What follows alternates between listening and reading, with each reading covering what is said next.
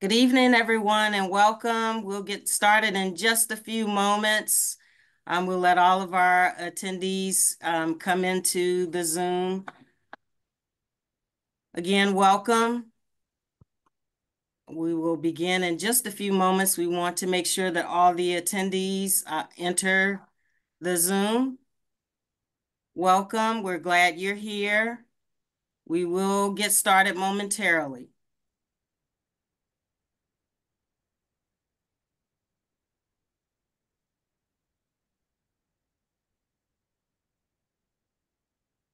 Good evening, everyone, and welcome to the Back to School Community Information Session covering important updates on attendance, community health and wellness, curriculum and instruction, family engagement, and school safety, hosted by the Office for Community Engagement.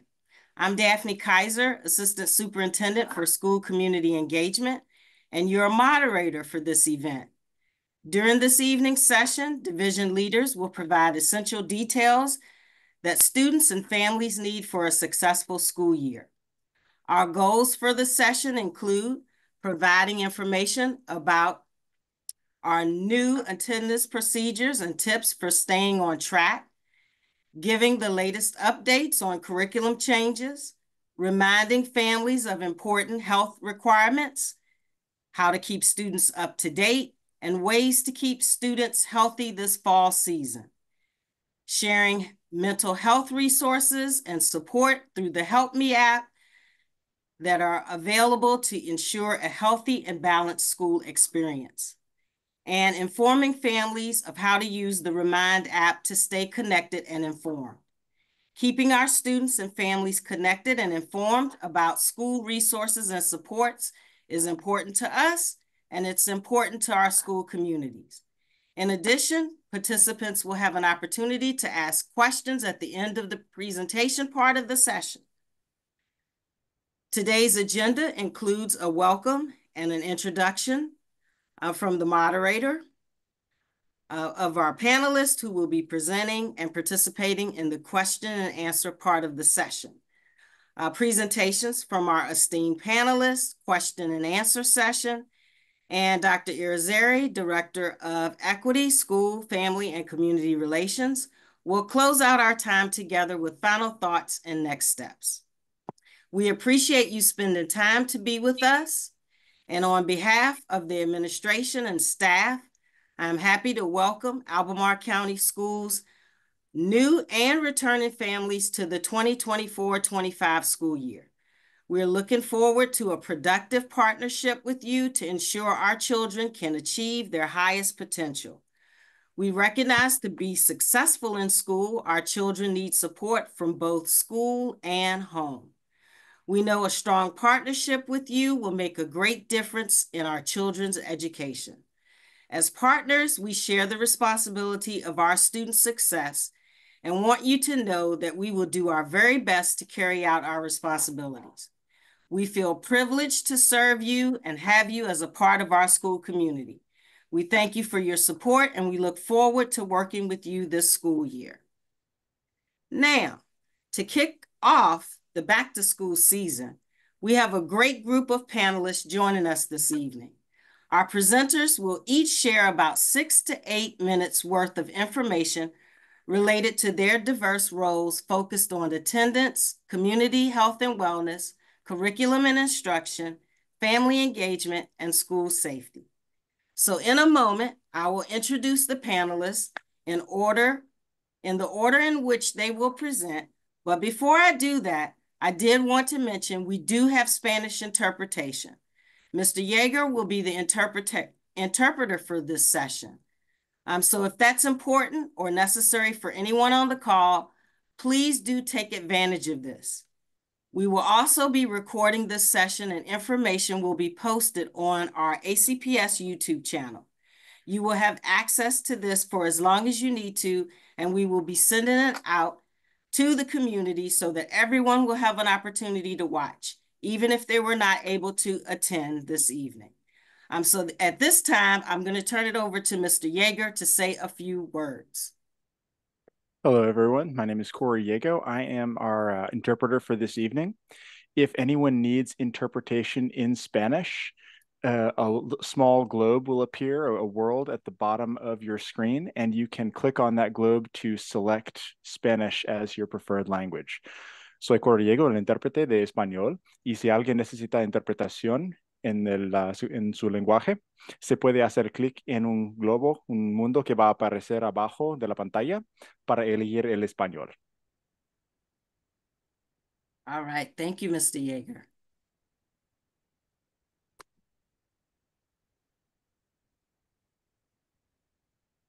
All right, please feel free to put your questions in the Q&A function at the bottom of the Zoom. We will not answer them until the presenters have had their 6 to 8 minutes to speak. We will take about 30 minutes at the end of the session after our panelists have presented to answer questions. At this time, I would like to introduce our panelists. We are so glad to have our district leaders join us for this event. We have Craig Domer, Executive Director for Curriculum, Assessment, and Instruction from the Department of Instruction. Monica Cabarcas, Curriculum Coordinator, Secondary English Language Arts, Department of Instruction. Nyoka Green, Curriculum Coordinator, Elementary Math, Department of Instruction.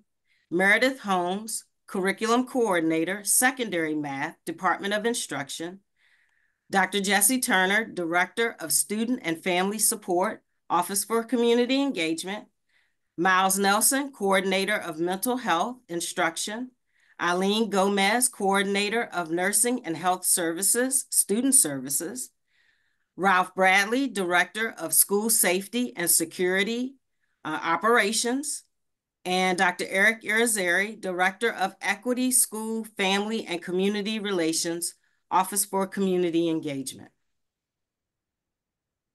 All of our work and everything that we do in ACPS is centered around our strategic plan, Learning for All. Our vision: learners are engaged in authentic, challenging, and relevant learning experiences, becoming lifelong contributors and leaders in our dynamic and diverse society. Our mission: working together as a team, we will end the predictive value of race, gender, and special capacities for our children's success through high-quality teaching and learning for all. We seek to build relationships with families and communities to ensure that every student succeeds, and we will know every student. Our values include equity, excellence, family and community, and wellness.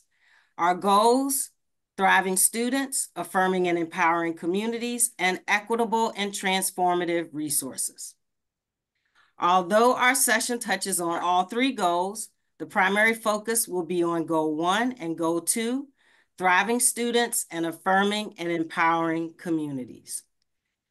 Now I'm going to turn it over to our panelists, and we will come back in a short while to answer questions afterwards. Craig Domer, Executive Director of Curriculum, Assessment, and Instruction from the Department of Instruction, you are first to present. Thank you, Dr. Kaiser. I'm going to pause for a moment. It seems Mr. Yeager needs to be made the interpreter.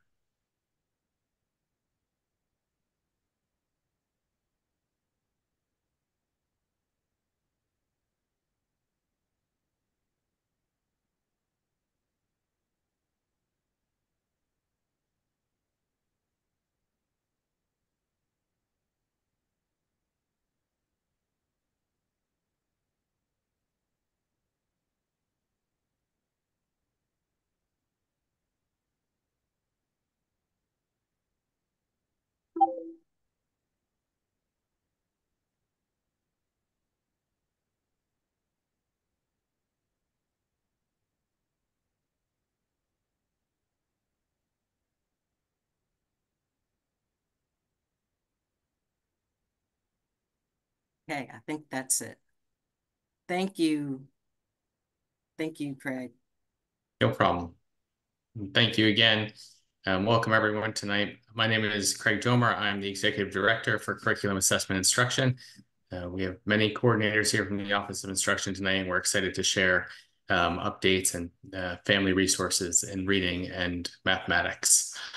Our elementary reading coordinator, Ms. Karen Heathcock, is unable to join us tonight, so I'm going to cover the elementary reading section. And so I think we can go to the next slide.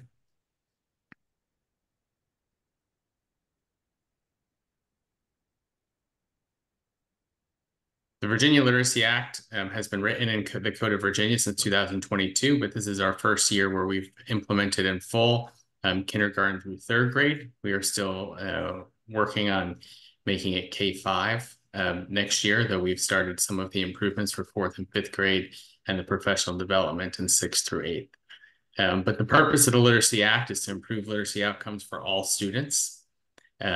And one of the key ways to do that is to make sure that every student in kindergarten through fifth grade receives evidence-based literacy instruction using state-approved resources. Due to this, we are implementing a new reading curriculum this year, HMH Into Reading.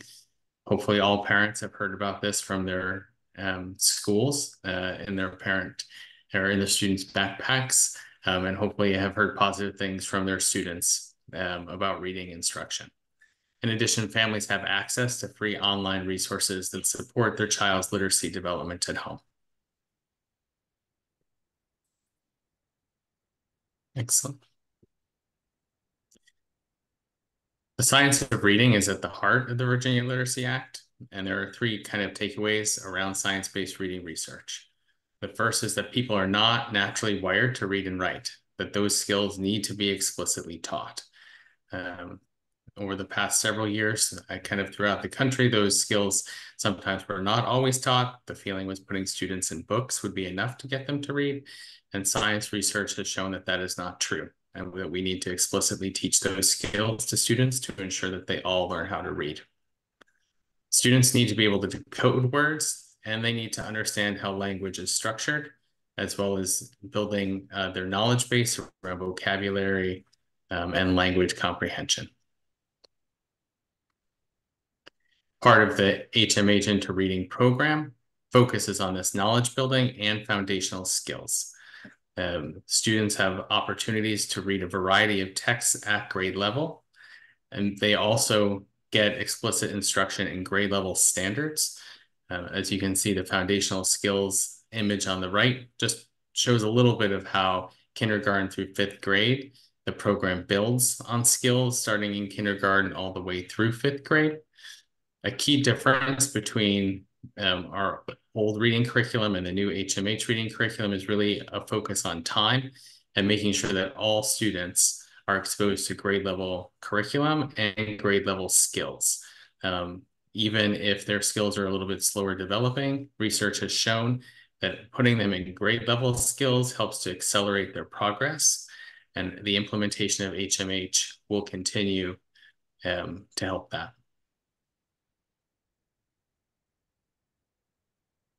One thing we wanted to highlight in our brief time here tonight is just how parents can support literacy at home for elementary reading. So all parents have access to the HMH Family Room, which if they log in as their student to their HMH Ed account, and that your students will know their username and password. If you click on their account in the upper right-hand corner, you can select Family Room, and you can get all the family resources that accompany the HMH program. Also, at the beginning of each module, you should receive a family letter, which explains what the students will be learning in that module. There are 10 modules in every grade level in HMH. The Virginia Literacy Partnership, which is out of the University of Virginia and is doing a lot of the kind of curriculum and resource building for the Virginia Literacy Act, also has great websites around family updates, resources, and VDOE literacy resources for families, and we've included the links on this slideshow.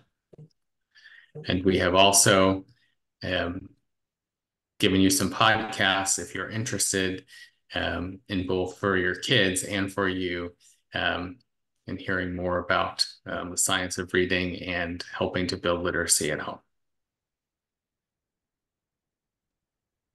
And with that, I'm going to turn it over to Monica Kabarkis, our coordinator for secondary language arts.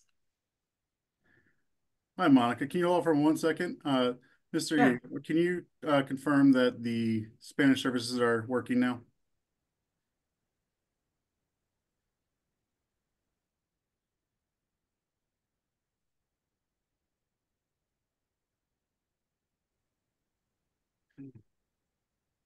Perfect. All of our translation services are now up and running. You should be able to switch over to the Spanish translation if needed. Thank you.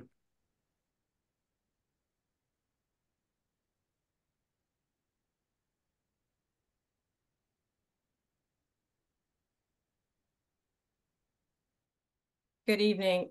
As Mr. Domer said, I am the secondary ELA curriculum coordinator for grades 6 through 12, and I also work with K through 12 library programs.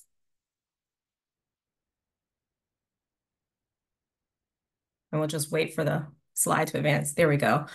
So what is new in secondary English language arts this year? The first thing is the Virginia SOLs were updated in late April, and they began this year in September. As Mr. Domer said, the Virginia Literacy Act is expanding, but it is also moving now, not just through elementary, up into through the middle school grades.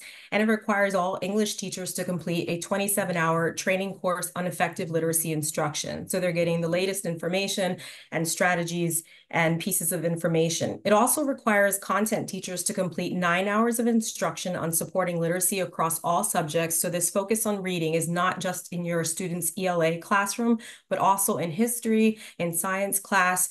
You may even see it in math class. So it's extending out through all of those other courses. The VDOE summer training focused on 3 key principles of effective literacy instruction, and all of the county leaders for ELA attended this VDOE training. So the 3 most important things that we're stressing with our students are 1, text complexity. And by this, we're looking at 2 things. We're looking at the Lexile, which is a common score that you might have seen on your students' VDOE testing information when you receive that at the end of the year. But a typical 6th grader begins at a 925 Lexile, and it ranges all the way through 12th grade to about a 1385. So they're looking at this number value, which kind of takes into account how long the sentences are, how many syllables are in the words. And they're looking at that value, but they're also pairing it with how complex the text is and the author's style of writing. Is the word order straightforward? Is it written in a different time period? So is that syntax more complex? Is there more descriptive, flowery language? So these 2 pieces are what we're beginning to really look at to determine text complexity for our students. We're also emphasizing knowledge building. So we're focusing on expanding vocabulary. We're building knowledge across multiple subjects. You may see some of your ELA teachers work more with text sets. So a student, for example, may pick up a common book such as Alan Gratz, a book focusing on historical fiction of World War II, but you may also see them delve into paired passages with nonfiction information, maybe pairing that with an additional piece of historical fiction, but using the text set to really build out in-depth vocabulary and knowledge on a topic. Third, we're also emphasizing text evidence. So this is typically seen in our writing classes where you may have an idea and supporting evidence, but this focus is also pulling through in our testing and reading. So we may begin to see more questions where a student would be asked to select an answer, but the second part of the question may ask the student to go back into the paragraph and select evidence that supports that answer. So these 3 pieces are kind of the backbone to the effective reading instruction for our secondary grades of 6 through 12 that we're focusing on. If we go to this next slide, how does this shift instruction? What will you notice with your student at home? So first and foremost, you're going to experience more rigor, more productive struggle. The text may be a little bit more complex, as we said, with the Lexile, or it might be just even the descriptive language in the book that they're reading or the novel may have a little bit more struggle to it. The other piece is that we're focusing less on the skill first, but we're focusing more on the text first. So this is just a screenshot from our VDOE training, but I thought that it really brought home an example of what this might look like in an assignment that you might see your student bring home. So for example, in lesson 1, a student may be in a unit on the civil rights movement, and they're reading Dr. King's letter from a Birmingham jail. They may be asked to do a very close reading, thinking about the rhetoric and the use of language that he selects to promote his cause, and they'll have to identify his purpose, how he uses language to further his purpose, And then they have to come to a decision about whether it's okay to break laws if they are unjust, and they have to pull in text evidence. In lesson 2, on the other hand, you might experience a classroom where there's an assignment on figurative language using the same text from Dr. King's letter from a Birmingham jail, but the student's assignment is really to focus on identifying 3 examples of figurative language in the text before going on to write a paragraph with 2 examples of their own. So this brings a world of difference, whereas lesson 1 is really robust and the text takes the center stage. Lesson 2 maybe was a little more focused on this skill set. So lesson 1 is where we want to be, where we're going. We're trying to stay text focused and trying to really unpack a text and focus on the text evidence. So lesson 1, just pointing out one more time, lesson 1 is what we would expect to see in the rigor of our assignments with these new SOLs. So how can I support at home? Sometimes the advice that I can offer for a middle school 6th through 12th grade student for a family at home is a little bit different than what you might see from elementary. It's not as straightforward. So the first thing I want to say as a former librarian, former reading specialist, former English language arts teacher is to value your students' literacy. I know sometimes we have students at home who read graphic novels and they want to stay in that graphic novel, and there's a desire to push them out of it. I think it's okay to, encourage them to definitely select different graphic novels, but also value that literacy. Reading is reading. A lot of these graphic novels have complex panels to them. Many of our graphic novels have gone on to win literary awards and prizes. So if your student is stuck on a stage of graphic novels, it probably represents a stage, and to just value your students' literacy and live in that moment with them. You may choose to start a compelling book series. Oftentimes these show up on like a Netflix or a movie, so you might want to watch the movie after reading the book with your student. Discuss what your child is reading, engage your student in conversation. The other thing about audio books or podcasts, they are a form of reading if you are following along with the text. And it's really important to just not listen to the audio, like if you really want them to access new vocabulary, because when they have the text and they're following along, they're seeing the word and they're hearing the word. So this text-to-speech connection for new vocabulary is really important for our students. Foster a literacy-rich environment, magazines, reading articles, talk to them about things that you're reading. And of course, as the former librarian for middle school and high school, it says, visit your local library, get a library card. Your librarian can also work with you to customize recommendations that really suit your student. And last but not least, resources. If there are certain resources that you're looking for and you're not sure where to find them, the first bullet will take you to the new standards for 6 through 12, and that's on the Virginia Department of Education page. The second link that I have there in green is the ACPS Language Arts page. That page has been updated to include our secondary pacing guides reflecting the new 2024 SOLs, our secondary curriculum frameworks. It has the site to our 6 through 12 approved books list. You can filter by grade and see the types of books that are approved. And then 6 through 12, our book pilot process for how we continue to grow out that list and make sure that it's dynamic and evolving with the new literature that's coming out. If you have a question, I've also included my email. I would love to hear from you and connect with you and respond to any questions you may have. Thanks, Monica. Thank you. We're on now to Nyoka Green, Curriculum Coordinator, Elementary Math, Department of Instruction. Hello, everyone. Go ahead to the next slide, please. Thank you. So, mathematics in Albemarle County Public Schools is kind of on the heels of where reading or English language arts already is. When it comes to the resources we have available and the information we're going to have available in the coming school year. So in the fall of 2023, we adopted SOLs for Virginia. This current fall, we are 100% teaching those new SOLs here throughout this school year. And as of fall of next year, we're looking forward to being able to implement new curricular resources. Next slide, please. Now, the overall process for what adoption and so forth will look like for that resource. To be fair, I understand it's probably going to be a question in the minds of many of you all, but I do want to go on record saying we do not yet have information on exactly when that ball gets rolling, who, what, when, where, and all of those things are information that shall come down the line to you all. What I have here on, can we go back, please? On this slide, I have linked to that video ePic, just a page of resources that Video E has provided for parents, community members, as far as different activities you can try out with your children.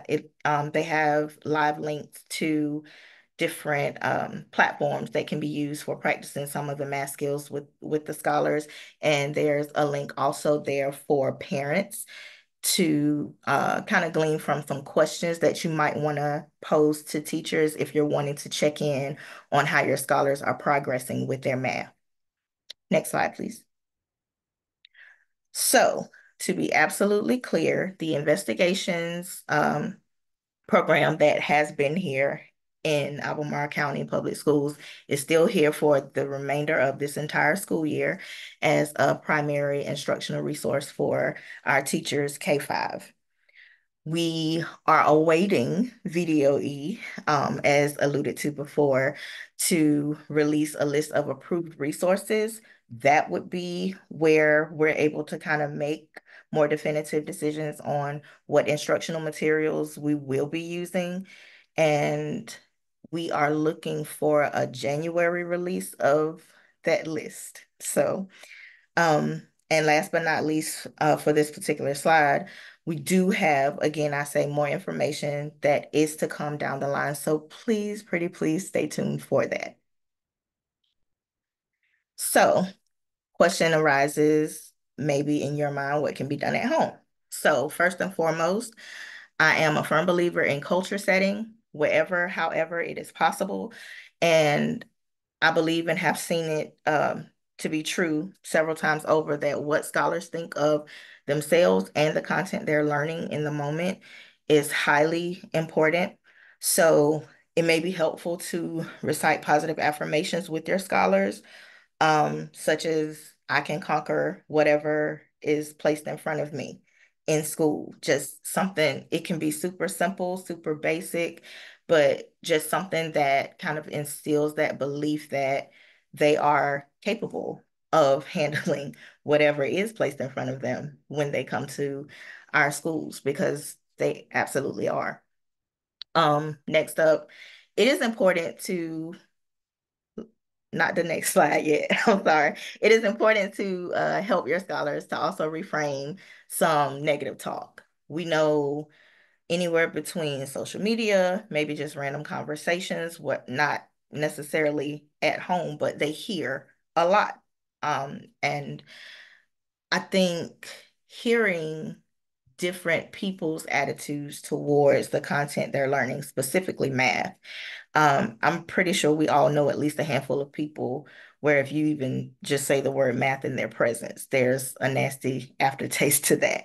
And we want to try to maybe reframe any negative talk that could arise around that. So if you have a scholar who's home maybe working on some math work and they make a statement like, I can't figure out this problem, maybe a gentle redirect to, no, you just haven't figured it out yet. That growth mindset, I think, is something that is actually invaluable to our scholars, to kind of infuse them with that perseverance they would need to keep going. Sometimes we're going to try something once and it may not work the way we want it to exactly, but instilling in them that perseverance to say, I'm going to try again. I can tweak something small, or it might be me just completely changing direction on how I'm approaching this, but there is a way that I can solve this. Next slide, please. All right, and our math activities to try outside school. Try to give some I guess what I would see as kind of rudimentary examples, super simple examples. So skip counting, of course, some of us may go directly to the idea of counting money. Maybe you don't have a jar full of coins at home. Do you have maybe like that junk drawer that some of us might have in the kitchen that's full of straws? Anything simple at the house that your scholars can gather up, or if they have toy blocks and they can count off in groups that will be appropriate for their age levels, I think that could be a great idea for something that they could do right there at home. An idea for patterns. A lot of us love music on some level or another. So if you have a specific song that you know may happen to be a favorite song for your child, or if you have a playlist that you like to put on whenever you're in the car traveling with your child, maybe have your child identify some sound patterns they notice in their favorite song. For graphing, they could look at something as simple as the weather and all the rain we've gotten this week. This would have been a good week to try it out. And it's not too late to start today. Maybe have them track from day to day over a week or over a month's time, whatever you might find most appropriate. And just see, is it raining today or is it not? Something that simple, and have them come back to that data and do some different activities with it. Or just for the sake of them tracking the data over time, you have a line graph that you can use when you're looking at showing changes over time. You can have a bar graph that maybe they compare how many Wednesdays it rained versus how many Mondays. Any of that can work. For shapes, you can just have them spot maybe play the I Spy game and ask them where they see different shapes show up in nature, in architecture of different buildings you're driving past. When it comes to estimation, a trip to the grocery store or a trip to a restaurant could become an opportunity for your scholars to maybe take an estimate at how much would the subtotal be. I don't expect K-5ers to be privy to the taxes part and tip and all of that, but just having them to kind of guess at how much do you think the bill costs at the subtotal level, or if you want them to take a guess at how much it might cost total. It's up to you, but I think it would be a nice exercise to try out with them to kind of keep their brains sharp and keep some of these math skills active in their minds.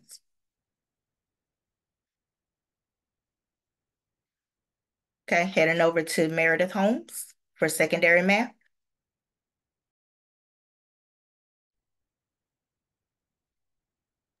Thank you, Nyoko.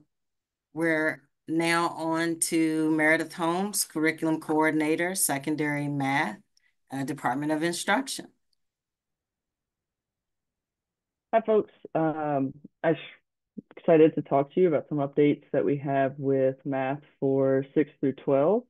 The biggest update, if we could go to the next slide, is same as what Ms. Green just mentioned. This is our first year fully implementing the new 2023 math standards. So we're in full implementation this year, and we'll be testing on those this spring. 6 through 12, or 6 through Algebra 2, you will see a strong focus on the data cycle. So this is something that almost all math courses started with this year, and it will continue to come up throughout the year. So you may hear your students talking about forming questions or how to collect data, what is good data to collect depending on the situation, how we can organize, and as well as analyze. So this will continue to come out throughout the year. So I wanted you to know that you can engage in those discussions with your students as well. At the middle school level, we have a variety of ways for students to access the courses that they need when they need them. So for students coming into 6th grade, we have 2 options. We have a Math 6 class and then a Math 6 compacted course. They both take the Math 6 SOL. Our Math 6 compacted course is more of a combination of our Math 6, 7, and 8 concepts. From there, depending on how your student is ready and what they need next, they can progress to a Math 7 course or to algebra. And then from 7th grade, they can progress again, depending on where they are in their journey and what they are ready for.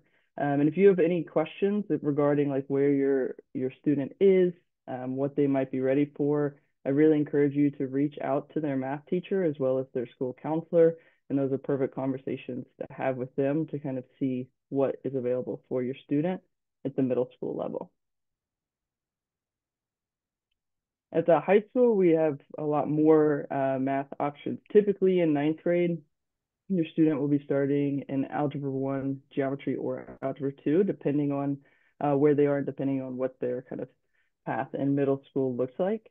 There are various course options after those to kind of meet the needs of the students, depending on what they're ready for, what their interest is, kind of during that time, as well as maybe any post-secondary plans. The program of studies is listed, will be linked in the slide that lists the different courses that could be offered at your student's high school. But for the most up-to-date information at your student's school, again, I really encourage you to reach out to their math teacher as well as their counselor, because they can kind of navigate those more specific conversations with you and your student to kind of see what fits best for them. The biggest thing that I'd like to focus on is really encouraging these math discussions at home. That first link is I believe the same link that Ms. Green also shared. The VDOE has a great page with resources for families. It includes activities that you can do with your student, different ways that you could incorporate math at bedtime, and maybe it's just a question you ask before they go to bed or you ask at dinner. Another thing that we really encourage for our families to do is incorporate your student into the math that you're doing every day.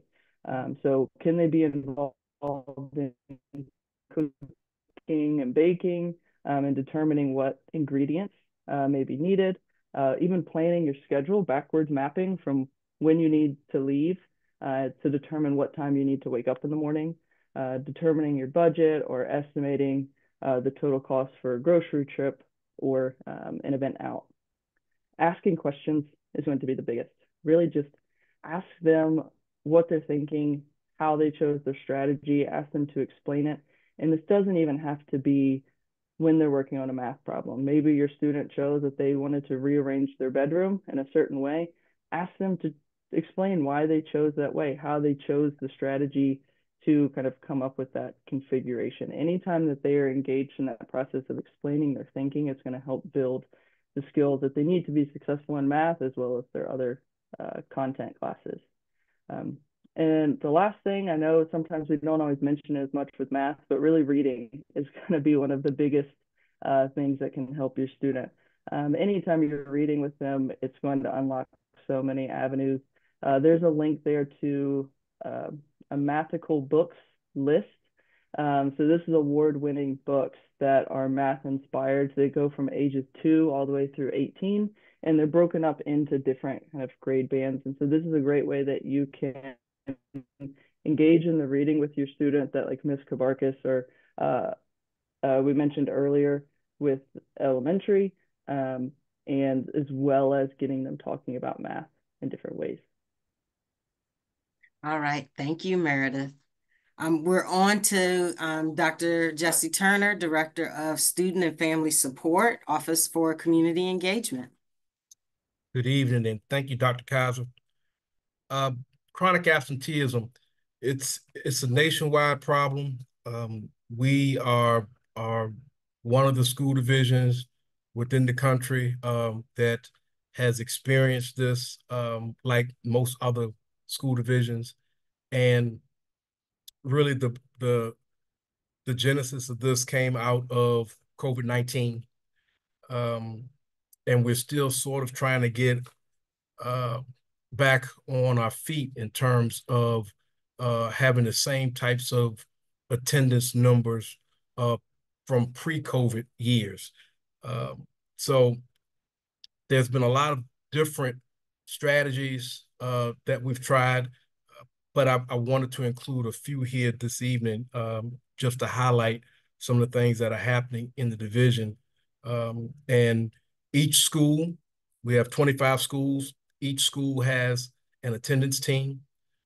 We also have a division level attendance team that's made up of central office personnel and certain staff from some of our schools. We beefed up in many ways our communication to parents from the school level and central office regarding attendance and trying to keep parents abreast of the importance of their student attending every day, if possible.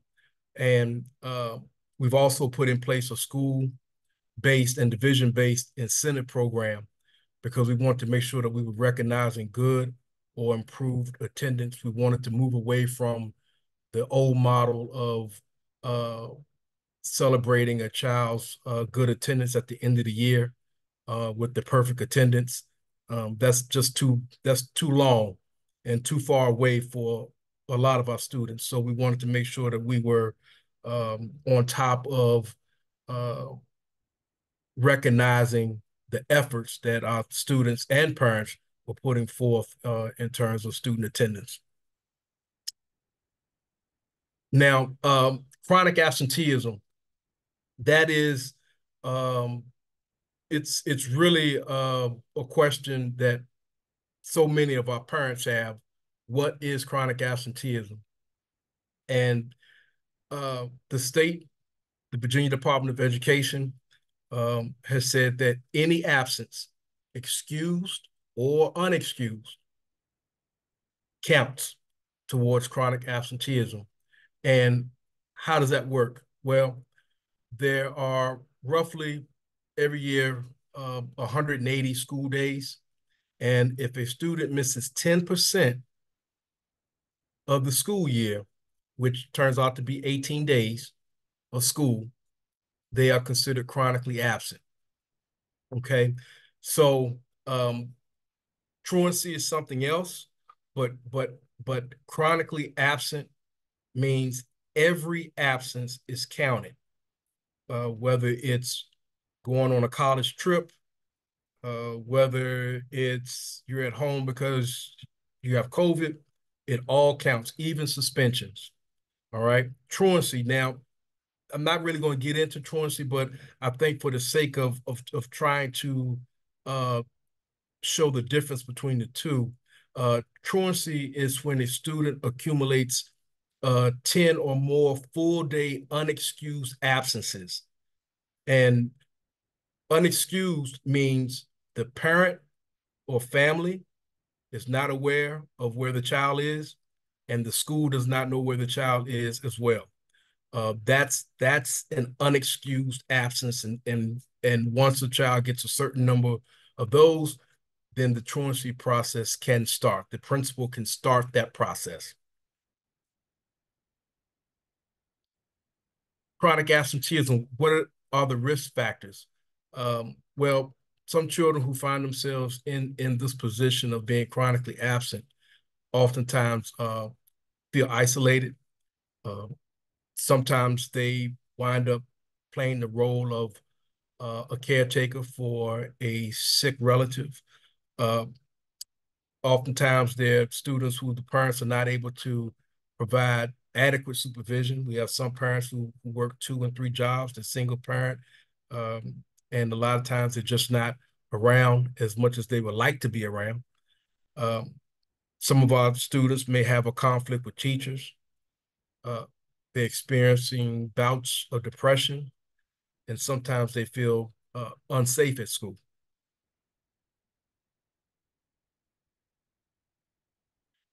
What are the schools doing? Increased homeschool communication around attendance.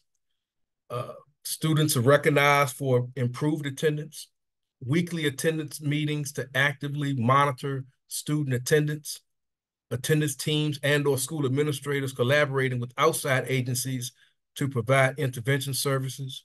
Students are provided an opportunity to participate in the in-person flexible instructional learning sessions, or what we call for short BuyBack, which is a program that has been rolled out now for 2 years by the Virginia Department of Education. It is something that may not be very sustainable. It may last one more year. This may be the last year, but right now the state is providing all schools, all public schools, an opportunity to help young people, students, buy back days that they miss by participating in sessions, instructional sessions for learning that they've missed for a certain amount of time, and then they can buy back days. So we were actually very successful with that last year as well. And what are some of our families doing? I'm really proud of our parents, because with some of the conversations that our attendance teams or building level administrators have had with parents, we are starting to see where some parents are making sure that they establish expectations for attendance, not letting children stay home just because, but trying to make sure that children are in school every day, unless there's a real reason why they can't attend school. They're partnering with school attendance teams and administrators to address student absences, establishing routines at home that promote good attendance. One of the things that we talk about a lot or that I talk about a lot with the building level principals and the attendance teams, is that when children especially when they get to high school, if they're still having issues with coming to school, that's one of the things that happens, is that they were having issues at the elementary school. So we have to establish routines. We have to establish good routines for coming to school. So that's some work I find that is happening a lot at the elementary schools, in terms of the communication that's being had between parents and the school. And also, parents are also celebrating with their students any attendance milestones that their children are experiencing, especially if they've had a history of not being in school on a regular basis. And here's some of our resources. I encourage everyone to just take a look. These are some of the resources that I lean on a daily basis. A lot of the information here is information that I share with schools, with parents when I talk with them. Also, these resources oftentimes help me frame some of the communications that I send out from central office. So I find these to be at least 3 of the strong resources that really get at addressing student attendance. Thank you, Dr. Turner.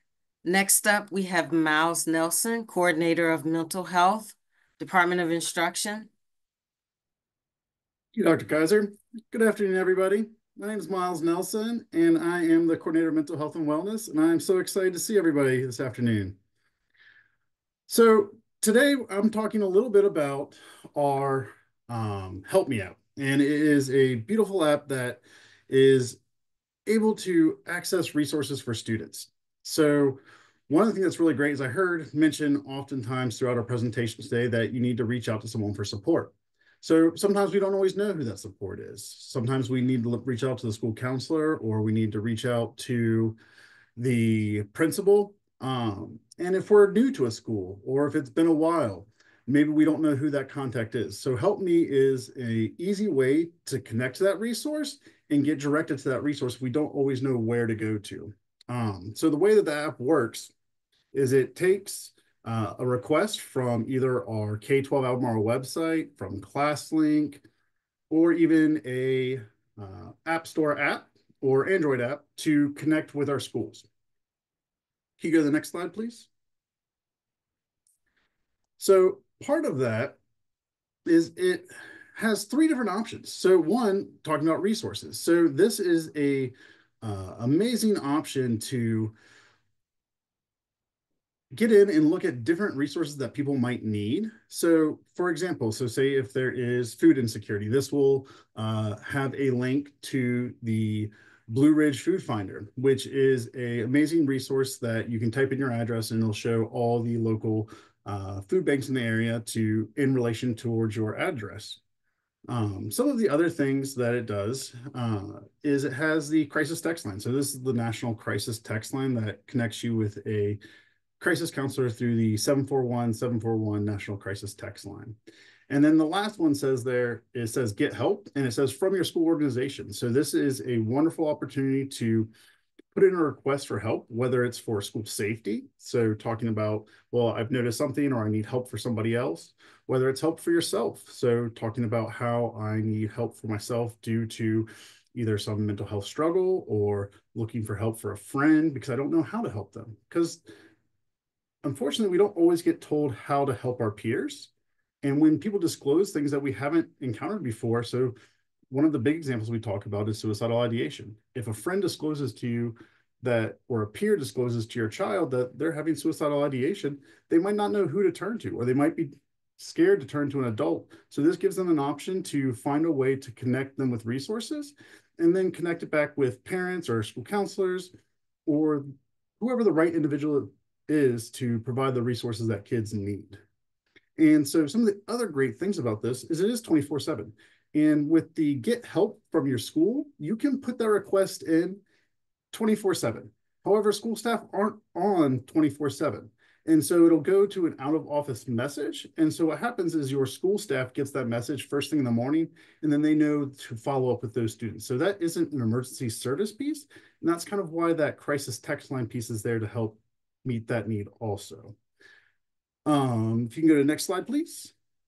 And so I mentioned briefly here about where you can access it. So the icon in the top left that is bright purple, that's the Help Me icon. And that's what's in every single student's class link, which is single sign-on. So as they're going through resources throughout the day, because we're going with or looking at the cell phone free policy and what that looks like, we wanted to make sure that students had lots of other options of how to access this service. And so 1, it's going to be on class link. 2, it's going to be on a teacher's class link. So if a student says, hey, I need help, can you help me submit this? A teacher could help them submit that also. And then on the main county websites, you'll see in the bottom right corner, it's really small on here, but it's there. It's much larger when you're actually looking at the web page instead of my image, but it says help me right there. And what's really exciting about that is it's directly to each school that you're asking for help for. So if I go to Baker Butler and I click the Help Me app on my Baker Butler website, it's going to go directly to Baker Butler staff. If you click it on the Agner website, it's going to go directly to Agner staff. If you click it on the Albemarle High School site, on the Albemarle High School website, it goes straight to Albemarle staff. And then if you go to the district site, because I found something that I have a friend, I go to Albemarle and I have a friend over at Monticello who's struggling, but I want to look out for them, then I can go to the district website and click it, and it gives me a drop-down list of all the different schools. So it's really, how do we look for help and support each other and ourselves and find the resources that we need to do that? And again, yeah, I love their branding. Be the hero you were born to be. It's so motivating. And so these are kind of the posters we have, these are some of the posters that we have up around our school. And so you see there's a QR code. Well, I know we're moving towards what cell phones look like within schools, but I think it's so great of an opportunity that if you're there with your student on a back to school night or a community night, download the app with your student. One of the best things I heard is I was having a conversation with a parent and they were talking about like, I have a middle schooler, they're going into 6th grade.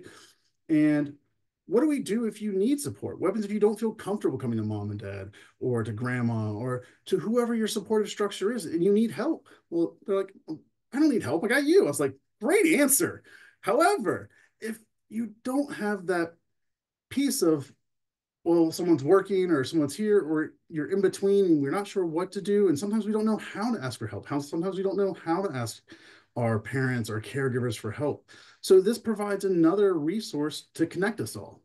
and it provides a confidential way to do that. And back to the original story is that parent had such a wonderful story of the conversation it generated with their child by just having the conversation, downloading the app together, and talking through that piece. Next slide, please. And I'm very brief. So next, I would like to introduce Miss Eileen Gomez with School and Health Services. Thank you. Thank you, Miles. That was excellent information. I am Eileen Gomez, and I'm the School Health Services Coordinator for Albemarle County Public Schools, and I coordinate all the school nurses and the other components of the school health program. I go to the next slide, please. Right, so I was asked to speak a little about the school health entrance requirements that all students have to have in order to attend school. There's 3 different categories of immunizations, those for the primary schools and those for the secondary schools. For kindergarten, students are required to have all 6 of these series of vaccines. Usually these series begin in infancy, and the last dose is administered right before kindergarten. 7th grade, as of 2021, there was a requirement prior to entry into 7th grade that students must have 1 dose each of Tdap, meningitis vaccine, and HPV. And then in grade 12, students are required to have at least 1 dose of the meningitis vaccine. There's a very nuanced requirements about ages and minimal intervals, and it can be confusing. And if you're not sure if your student is adequately immunized, you can contact your school nurse or your physician or the health department to see if they are adequately immunized. Next slide, please. Because these are required, students who have not met the requirements may be excluded from school. Because appointments to get the requirements have been difficult since the pandemic, we have allowed students to start school this year as long as they have 1 dose of each of the required vaccines, and then have a schedule on file, an appointment, proof of an appointment to complete their series.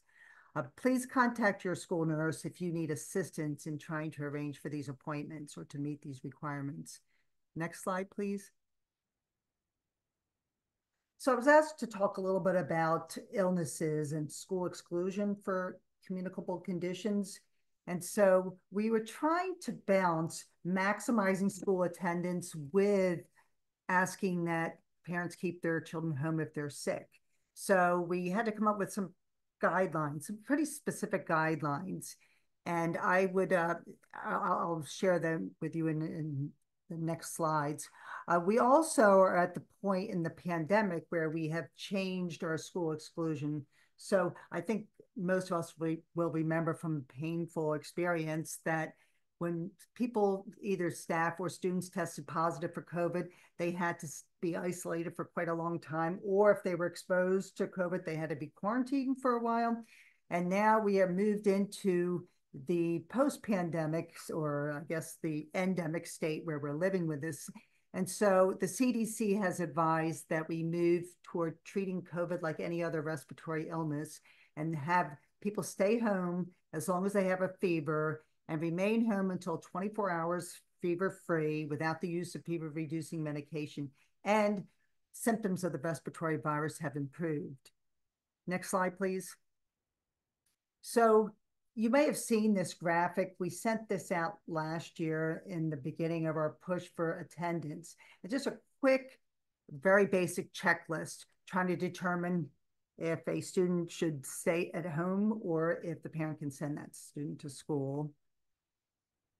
You can see that some of these things, like the runny nose and the temperature readings for see you in class, that was different during the pandemic. We made people stay home if they had runny noses. We sent them home when they had runny noses. Now, minor cold symptoms, students can stay in school.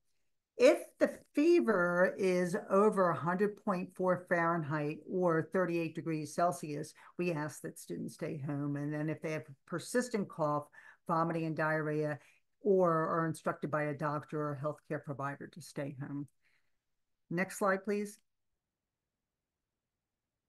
So here is the CDC's guidance for respiratory illnesses. You can see that COVID is just is to be dealt with as flu or any other kind of viral illness.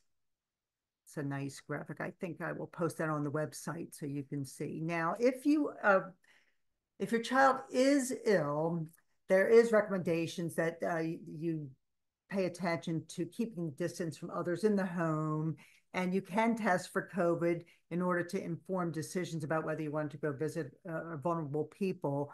But if children test or staff test positive, as long as they're fever-free and their symptoms have improved, they can return to school.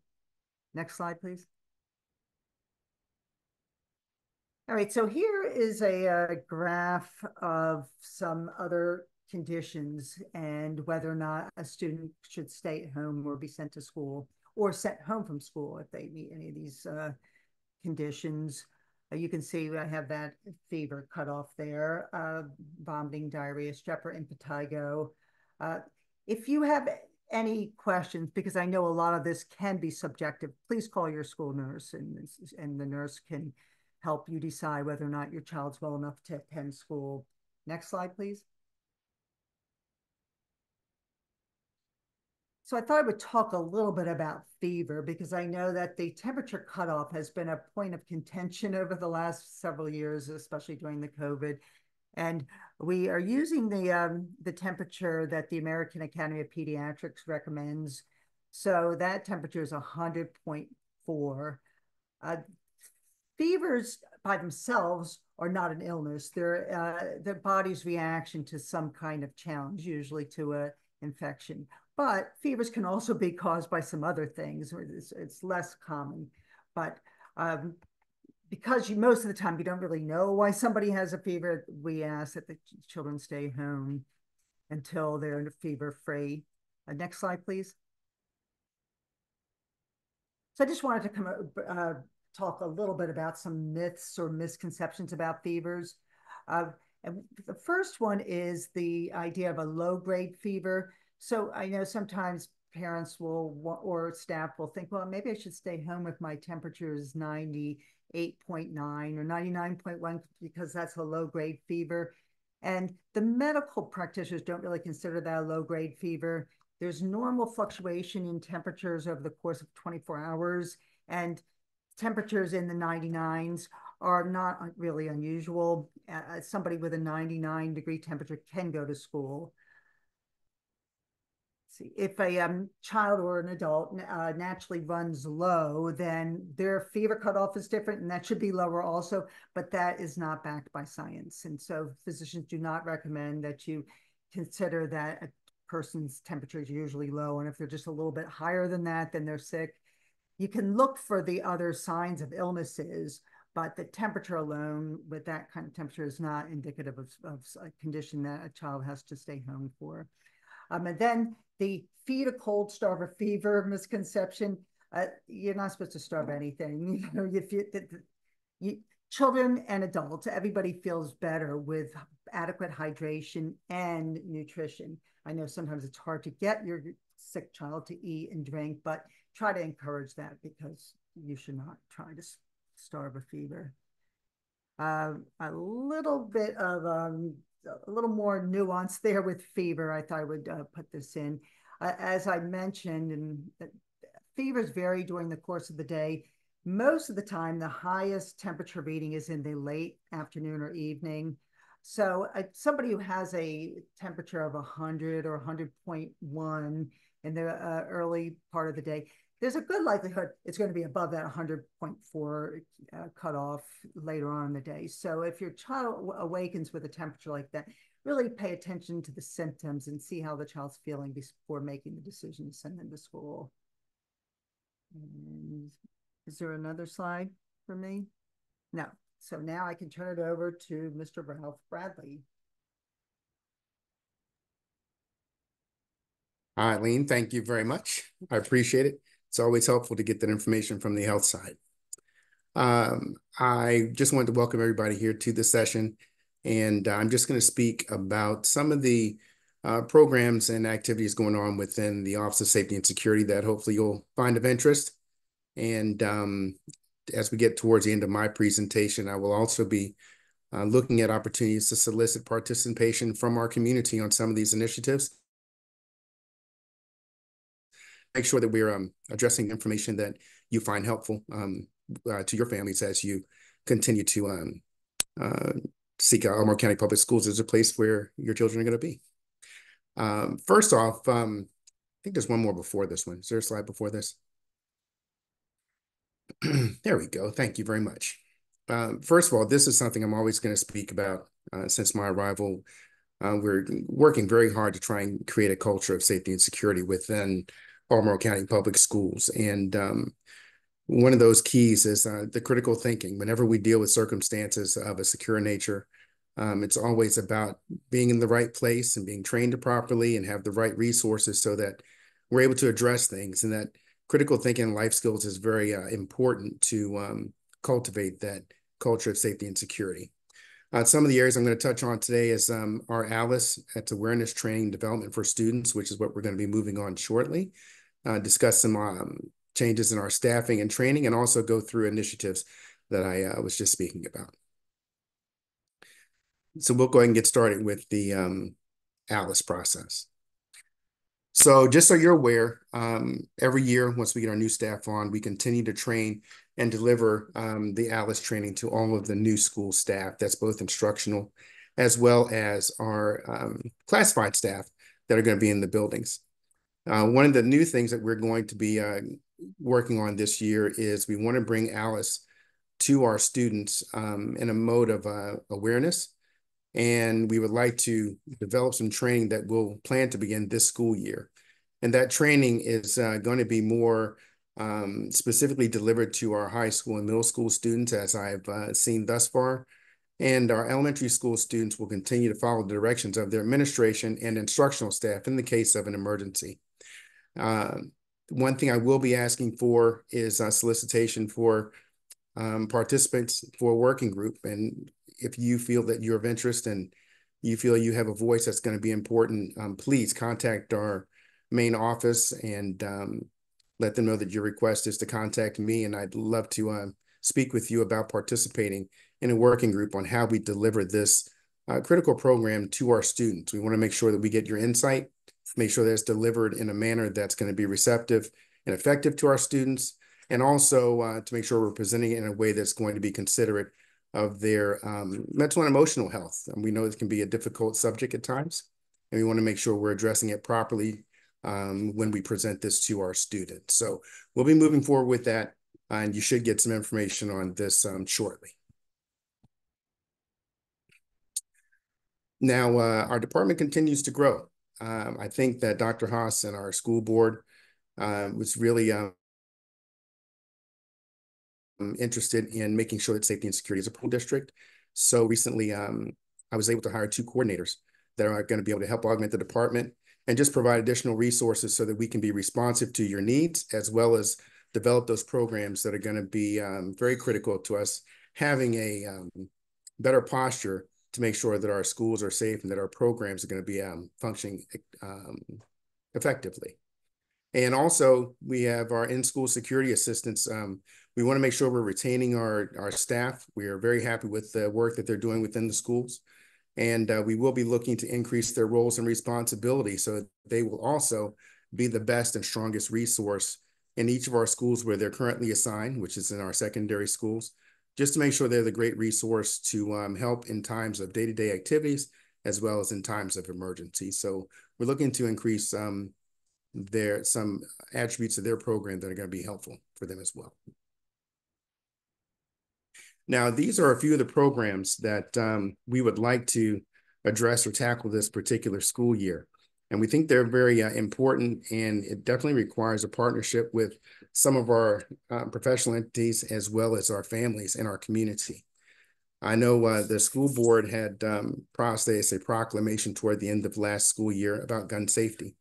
And this is one of the areas that's critical. We want to make sure that what we're addressing for our students, no matter what your posture is, whether you're a gun owner yourself or your kids may be attending functions and places where guns may be present, we want to make sure that everyone, the student as well as your families, understand proper safety. So we're going to be working on a program initiative to address that. We're going to partner with the Armor County Police Department, also with our professional staff, and we would love to have family involvement in this as well.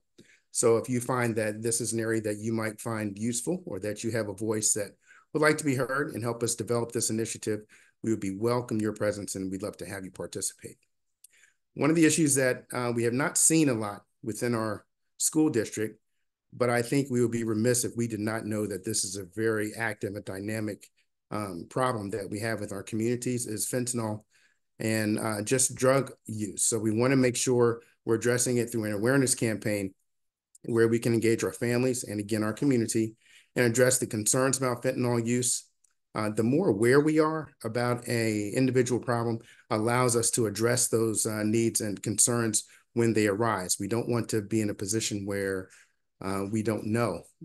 So we want to make sure we're bringing awareness to our community about fentanyl and drug use, to make sure that we're prepared and that we can best prepare our children and our families so that our kids are going to be safe, and find a way not to make this one of their concerns that they have to deal with on a daily basis. And we've had some concerns as well with cyberbullying and online safety.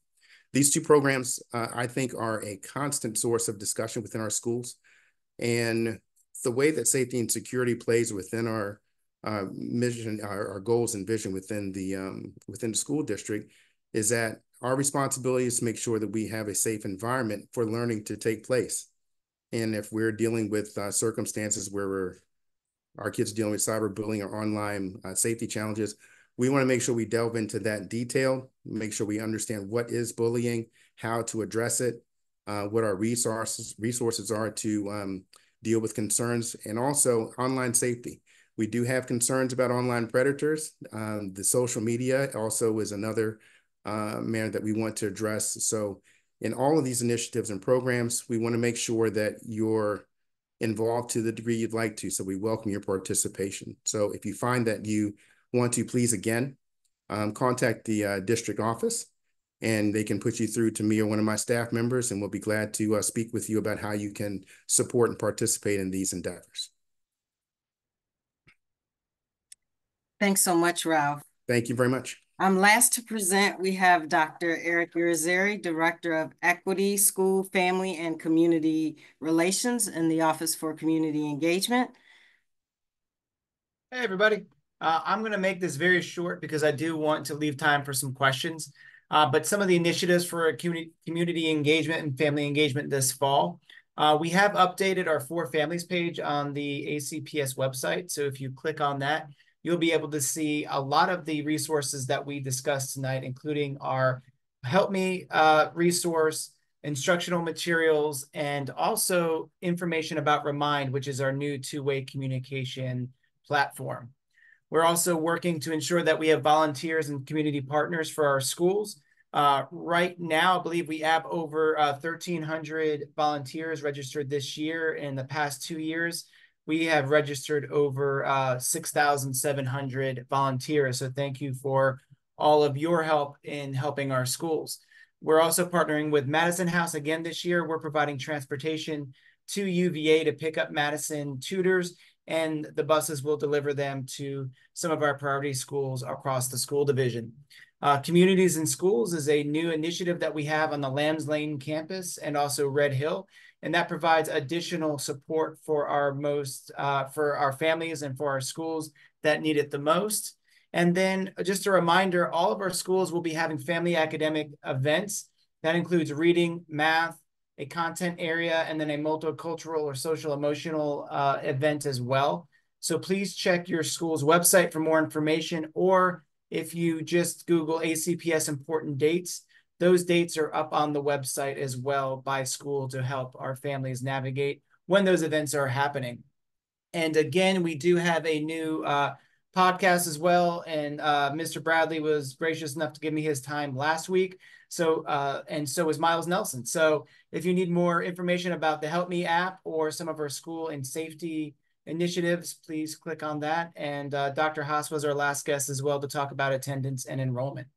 So that's all I have in a very abbreviated form. And we will be sharing this presentation with our families. So all these links will be live in that presentation. So I'm going to turn it over back to Dr. Kaiser. All right. Thank you so much, Dr. Irizarry and division leaders, for your presentation this evening. You've been informative and provided the community with some valuable information. We're going to take a few minutes now to answer questions. We have a few come in through the Q&A function at the bottom of the Zoom, and feel free to keep sending those through, and we will answer in the order that we are receiving these. However, do feel free to email to the superintendent office at k12albemarle.org email address if you feel you have further questions or do not get an answer due to the lack of time. So we will go to our first question. And our first question goes to Mr. Bradley. There was a question about vaping and if vaping will be a topic in the drug awareness sessions. Yes, vaping will. As we know that vapes are a pervasive problem within our schools, and the use of those are getting younger and younger. So we want to make sure that we address it.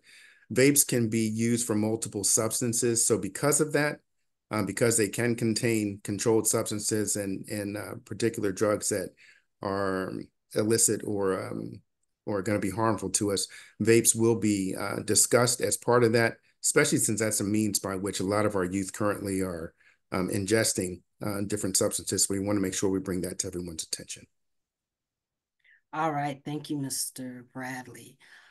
Someone on the call just wanted to make sure that the families were aware that the CVS pharmacy at Pantops on Long Street is doing walk-ins for all vaccines.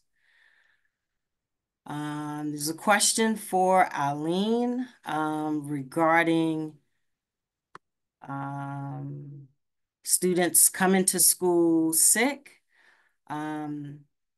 And wondering what we can do to prevent the spread of viruses because some of our students have weaker immune systems.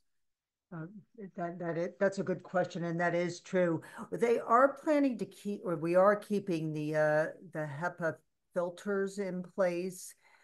We are continuing to encourage respiratory etiquette and hand washing, and they're continuing with the disinfecting of surfaces that they've done all along, but then increased during COVID. They're going to continue to be vigilant about that.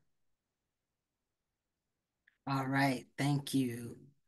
Dr. Turner, seems that we had a situation with one of our students on the first day of school, getting to their last class tardy, and seems that the parent on the call didn't think that the tardy would be counted the first day of school. Can you comment on that? Yes, I will. And that's, that's one issue too that we're dealing with. It appears as though on the surface that tardies are aligned with attendance, but tardies are actually a disciplinary infraction. There's an SBAR code from the VDOE for that, but I certainly would try to help answer that. Tardies can start when school starts. So I think the way to address that would be to contact the principal and talk with the principal about what does that mean. I don't know what grade the child is in, but with most elementary students, they're not tardy to class. They may be tardy to school because they don't move around the building. They don't, unless they're walked from one place to the other. But our secondary students could be late to a class. But I think it's really now finding out what discipline process the school follows. Maybe Kevin Kearse has worked with the school on the tardies, or how they're going to address them. All right, thank you, Dr. Turner. The next question is for Mr. Nelson. How much focus is going to be on bully prevention this year? Absolutely. Thank you, Dr. Kaiser.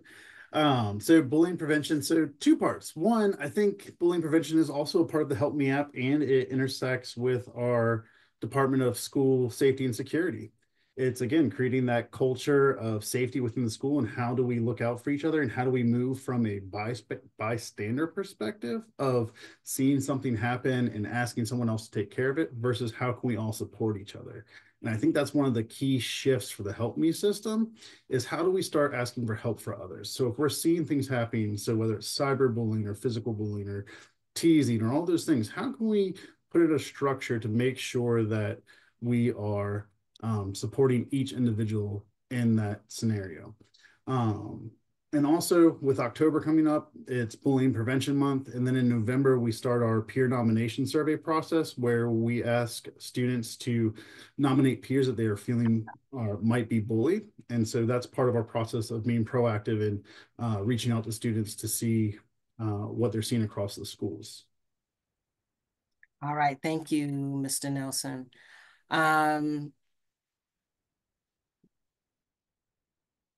Ms. Gomez, can you give us a few tips to keep our students healthy during the fall season? What are some things families can do at home to kind of ward off a cold and feeling bad? That is a good question, especially as we move into the indoor seasons.